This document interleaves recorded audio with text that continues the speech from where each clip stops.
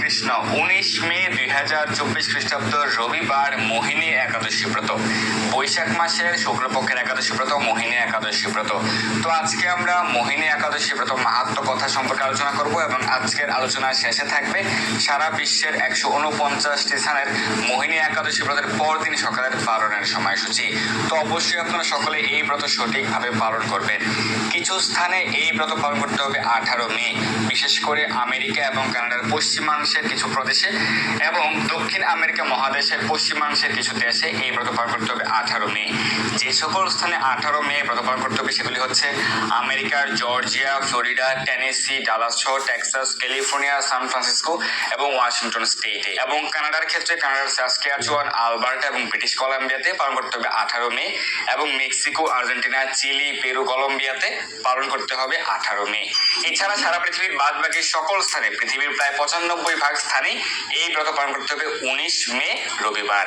আপনারা সকলে অবশ্যই এই মোহিনী একাদশী ব্রত সঠিকভাবে পালন করবেন। তো কুর্ম পুরাণে এই ব্রতের মাহাত্ম্য সম্পর্কে আলোচনা করা হয়েছে। কুর্ম পুরাণে বলা হয়েছে এই মোহিনী একাদশী হচ্ছে বৈশাখ মাসের শুক্লপক্ষের একাদশী। অনেকে ভাবতে পারেন বাংলা ক্যালেন্ডারে তো জ্যৈষ্ঠ মাস চলছে। হ্যাঁ, সেটি ঠিক আছে, বাংলা ক্যালেন্ডার জ্যৈষ্ঠ মাস এবং ইংরেজি ক্যালেন্ডার বা ইংরেজি বর্ষপঞ্জি অনুযায়ী এটি হচ্ছে মে মাস।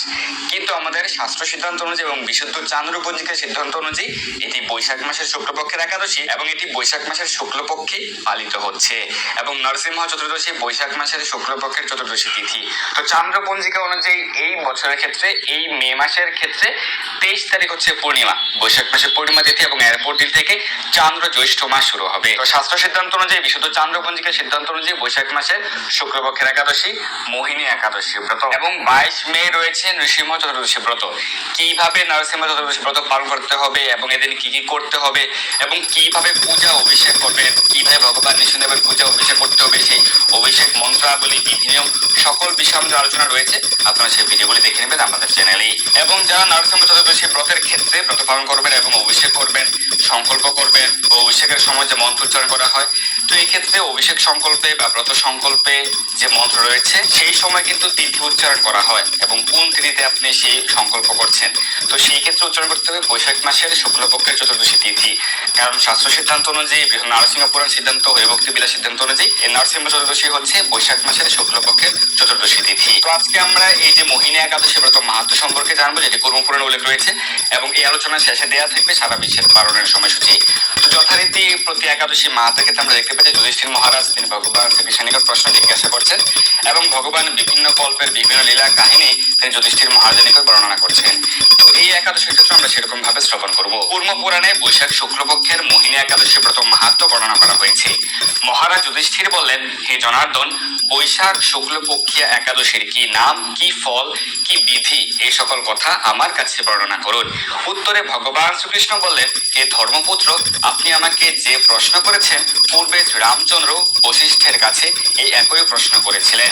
তিনি জিজ্ঞাসা করেছিলেন, হে মুনিবর, আমি জনকনন্দিনী সীতার বিরহজনিত কারণে দুঃখ পাচ্ছি, তাই একটি উত্তম ব্রতের কথা আমাকে বলুন, যার দ্বারা সর্ব পাপ অক্ষয় এবং সর্ব দুঃখ বিনষ্ট হয়। যদিও ভগবান রামচন্দ্রকে কোনো ব্রত পালন করতে হয় না, কোনো প্রকার কষ্ট পেতে হয় না, তিনি সবকিছুর অতীত, তিনি পরমেশ্বর ভগবান, কিন্তু তিনি তার লীলায় তিনি একজন সাধারণ মানুষের মতো আচরণ করে আমাদেরকে শিক্ষা প্রদান করেছেন এবং ভগবান রামচন্দ্রের যে জীবন মহিমা সেটা হচ্ছে আমাদের প্রত্যেকের জন্য শিক্ষণীয়। এই কথা শুনে বশিষ্ঠদেব বললেন, হে রামচন্দ্র, তুমি উত্তম প্রশ্ন করেছো। যদিও তোমার নাম গ্রহণে মানুষ পবিত্র হয়ে থাকে, সেটি বশিষ্ঠ মুনি কিন্তু বলেছেন, যদিও তোমার নাম গ্রহণে, ভগবানের নাম করলেই সকল জীবেরা পবিত্র হয়ে থাকে, তবুও লোকের মঙ্গলের জন্য তোমার কাছে সর্বশ্রেষ্ঠ ও পরম পবিত্র একটি ব্রতের কথা বলছি। তখন বশিষ্ঠ মুনি এই মোহিনী একাদশী ব্রতের কথা বলেছিলেন। বৈশাখ মাসের শুক্লপক্ষী একাদশী মোহিনী নামে প্রসিদ্ধ। এই ব্রত প্রভাবে মানুষের সকল পাপ, দুঃখ, মোহজাল অচিরেই বিনষ্ট হয়। সকল পাপ থেকে মানুষ মুক্ত হতে পারে এই মোহিনী একাদশী ব্রত পালন করার ফলে এবং সর্ব দুঃখ বিনষ্ট হয়। তাই মানুষের উচিত সকল পাপ ক্ষয়কারী ও সর্ব দুঃখ বিনাশী এই একাদশী ব্রত পালন করা সকল মানুষের কর্তব্য। একাগ্র চিত্তে তার মহিমা তুমি শ্রবণ করো, এই কথা শ্রবণ মাত্রে সমস্ত পাপ বিনষ্ট হয়। যারা এই মোহিনী একাদশী ব্রত মাহাত্ম্য কথা শ্রবণ করেন তাদের সকল পাপ বিনষ্ট হয়। বশিষ্ঠ মুনি সেটি উল্লেখ করেছেন। পবিত্র সরস্বতী নদীর তীরে ভদ্রাবতী নামে এক সুশোভনা নগরী ছিল। চন্দ্র বংশজাত ধৃতিমান নামে নামে এক রাজা সেখানে রাজত্ব করতেন। সেই নগরীতে ধনপাল নামে এক বৈশ্য বাস করতেন, যার কাজ হচ্ছে কৃষিকাজ বা গোরক্ষা করা। বৈশ্যদের কাজ হচ্ছে কৃষিকাজ বা গোরক্ষা করা। তিনি ছিলেন পুণ্যকর্মা ও সমৃদ্ধশালী ব্যক্তি। তিনি নলকূপ, জলাশয়, উদ্যান, মঠ ও গৃহ ইত্যাদি নির্মাণ করে দিতেন। এটি হচ্ছে পুণ্যকর্ম, এবং এই পুণ্যকর্মের ফলে কিন্তু স্বর্গসুখ ভোগ হয়, অর্থাৎ জনগণের মঙ্গলের জন্য কোনো কার্য করা। তিনি ছিলেন বিষ্ণু ভক্তি পরায়ণ, অর্থাৎ ভগবান শ্রীকৃষ্ণের পরম ভক্ত, এবং তিনি শান্ত প্রকৃতির মানুষ ছিলেন। এবং তার 5 জন পুত্র সন্তান ছিল। সুমনা, দ্যুতিমান, মেধাবী, সুকৃতি ও দৃষ্টবুদ্ধি নামে তার 5 জন পুত্র ছিল। পঞ্চম পুত্র দৃষ্টবুদ্ধি ছিল অতি দুরাচারী। তার প্রথম 4 পুত্র কিন্তু তার মতোই ভক্ত ছিলেন, কিন্তু পঞ্চম পুত্র দৃষ্টবুদ্ধি তিনি কিন্তু দুরাচারী ছিলেন। সে সর্বদা পাপ কাজে লিপ্ত থাকতো। পরস্ত্রী সঙ্গী, পতিতাসক্ত, লম্পট, দুদুক্রীড়া প্রভৃতি পাপে সে অত্যন্ত আসক্ত ছিল। আমাদের যে প্রধান 4টি পাপ কর্ম রয়েছে, যেমন আমিষ আহার করা, নেশা, চা পান, বিড়ি, কফি প্রভৃতি নেশাদ্রব্য গ্রহণ করা, অবৈধ স্ত্রী সঙ্গ করা এবং দুদক্রিয়া বা তাস পয়সা, জুয়া খেলা। তো এই পাপ কার্যগুলির কথা কিন্তু বিভিন্ন শাস্ত্রে উল্লেখ রয়েছে, বেদ, উপনিষদ, পুরাণাদি শাস্ত্রে, এবং শ্রীমদ্ ভাগবত অর্থাৎ ভাগবত মহাপুরাণে বিশেষভাবে বর্ণনা করা হয়েছে, ভবিষ্য পুরাণে বর্ণনা করা হয়েছে। এবং এখানে আমরা দেখতে পাই যে কুর্ম পুরাণে উল্লেখ রয়েছে এই মোহিনী একাদশী ব্রত মাহাত্ম্য প্রসঙ্গে, যে সে এই পাপগুলি করত, অর্থাৎ অবৈধ স্ত্রী সঙ্গ এবং তাস পয়সা, জোর প্রভৃতি দুদক্রীড়া, এই সমস্ত পাপকর্মে সে নিযুক্ত ছিল। দেবতা, ব্রাহ্মণ ও পিতামাতার সেবায় তার একেবারে মতি ছিল না। সে অন্যায় কার্যে রত, দুষ্ট স্বভাব ও পিতৃ ধন ক্ষয়কারক ছিল, এবং তার সকল দেবগণের প্রতি বা ভগবানের ভক্তদের প্রতি তার কোনো মতি ছিল না, এবং সে মানুষদের কোনো সেবাও করতো না, এবং সে পিতৃ ধন ক্ষয়কারক ছিল, অর্থাৎ তার পিতার যে অর্থ, যে সম্পত্তি, সেটি সে ক্ষয় করতো। কিভাবে? বুঝে তাস পয়সা, জোর প্রভৃতি খেলার মাধ্যমে এবং অবৈধ স্ত্রী সঙ্গ করার মাধ্যমে সে সেই ধনের ক্ষয় করতো। সবসময় সে অভক্ষ, ভক্ষণ ও সুরাপানে মত্ত থাকতো। অভক্ষ বলতে এখানে আমিষ দ্রব্য বোঝানো হয়েছে। শাস্ত্র সিদ্ধান্ত মতে যা মানুষদের আহার্য নয় সেটিকে অভক্ষ বলা হয়েছে, এবং এখানে শাস্ত্র সিদ্ধান্ত যে কোনো পুরাণেও কিন্তু এখানে সে অভক্ষ বলে উল্লেখ করা হয়েছে, অর্থাৎ যারা মাছ, মাংস, ডিম প্রভৃতি আমিষ দ্রব্য গ্রহণ করে, যেটি সেই দৃষ্টবুদ্ধি করতো, সে অভক্ষ ভক্ষণ করতো এবং সুরাপান অর্থাৎ নেশা গ্রহণে সে নিযুক্ত ছিল, এবং সে এই প্রকার পাপ কর্মে নিযুক্ত ছিল। এবং এই সকল পাপ কর্ম আমাদের বর্জন করা উচিত। এবং আমাদের সনাতন ধর্মের 4টি স্তম্ভ বা ভিত্তি রয়েছে।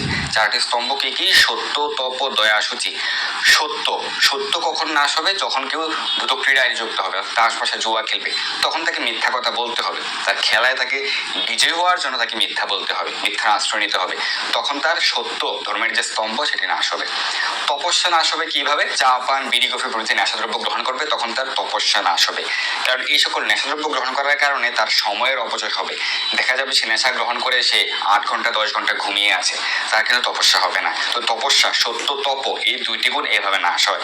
এবং দয়া নাশ হবে কিভাবে? যখন কেউ আমিষ দ্রব্য গ্রহণ করে, এবং এর ফলে সে কিন্তু প্রাণী হত্যায় যুক্ত হয়, এবং এর ফলে দয়া গুণটি নষ্ট হয়। আমাদের সকল জীবের প্রতি দয়া পরবশ হতে হবে, সেটি বেদ, উপনিষদ, পুরাণাদি সকল শাস্ত্র উল্লেখ রয়েছে। এবং শুচিতা নষ্ট হবে যদি কেউ অবৈধ স্ত্রীর সঙ্গে নিযুক্ত হয়, বা নারীর ক্ষেত্রে অবৈধ পুরুষ সঙ্গে নিযুক্ত হলে সেটির দ্বারা তার শুচিতা গুণাবলীটি নষ্ট হবে। এইভাবে সত্য, তপ, দয়া, শুচি 4টি স্তম্ভই যার বিনষ্ট হয় সে কিন্তু অত্যন্ত মহাপাপী বলে বিবেচিত হয়, এবং তাকে নরযন্ত্রণা ভোগ করতে হয়।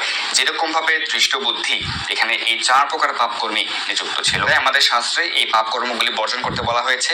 এবং যারা আন্তর্জাতিক কৃষ্ণ ভাবনামৃত সংঘ ইসকনের আনুগত্য রয়েছেন, সারা পৃথিবীর প্রায় 10 কোটি মানুষ, তারা কিন্তু এই পাপ কর্মগুলি থেকে মুক্ত হয়েছেন, এবং তারা সর্বদা কৃষ্ণ প্রসাদ গ্রহণ করছেন এবং কৃষ্ণ সেবায় যুক্ত রয়েছেন, ভগবানের সন্তুষ্টির জন্য কার্য করছেন। সেটাই মনুষ্য জীবনের প্রকৃত উদ্দেশ্য হওয়া উচিত।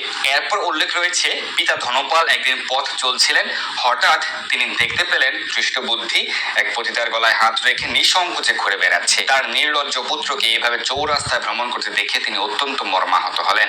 ইকু স্বভাব দর্শনে ক্রুদ্ধ হয়ে তিনি তাকে গৃহ থেকে বের করে দিলেন। তার আত্মীয় স্বজন তাকে পরিত্যাগ করলো।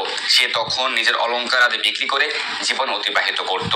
কিছুদিন এইভাবে চলার পর অর্থ অভাব দেখা দিল।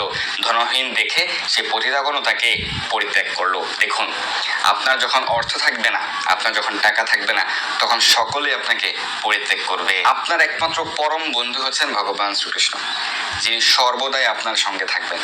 আপনার সুখে, আপনার দুঃখে সব সময় আপনি ভগবানের কৃপা, ভগবানের সহযোগিতা আপনি পাবেন। অন্য বস্ত্রহীন দৃষ্টবুদ্ধি ক্ষুধা তৃষ্ণায় অত্যন্ত কাতর হয়ে পড়লো। অবশেষে নিজের গ্রামে সে চুরি করতে শুরু করলো। একদিন রাজপ্রহরী তাকে ধরে বন্দি করলো, কিন্তু পিতার সম্মানার্থে তাকে মুক্ত করে দিল। এইভাবে বার কয়েক সে ধরা পড়লো এবং ছাড়া পেল, কিন্তু তবুও সে চুরি করা বন্ধ করলো না। তখন রাজা তাকে কারাগারে বদ্ধ করে রাখলেন। বিচারে সে কষাঘাত দণ্ড ভোগ করলো। কারাভোগের পর অনন্য উপায় দৃষ্টবুদ্ধি বনে প্রবেশ করলো। সেখানে সে পশু পাখি বধ করে তাদের মাংস ভক্ষণ করে অতি দুঃখে পাপময় জীবনযাপন করতে লাগলো। এখানে উল্লেখ রয়েছে সে বনে গিয়ে যে পশু পাখি বধ করেছে, মাংস গ্রহণ করছে, সেইভাবে সে পাপময় জীবনযাপন করছিল। দুষ্কর্মের ফলে কেউ কখনো সুখী হতে পারে না। কর্মপুরাণে উল্লেখ রয়েছে দুষ্কর্মের ফলে কেউ কখনো সুখী হতে পারে না।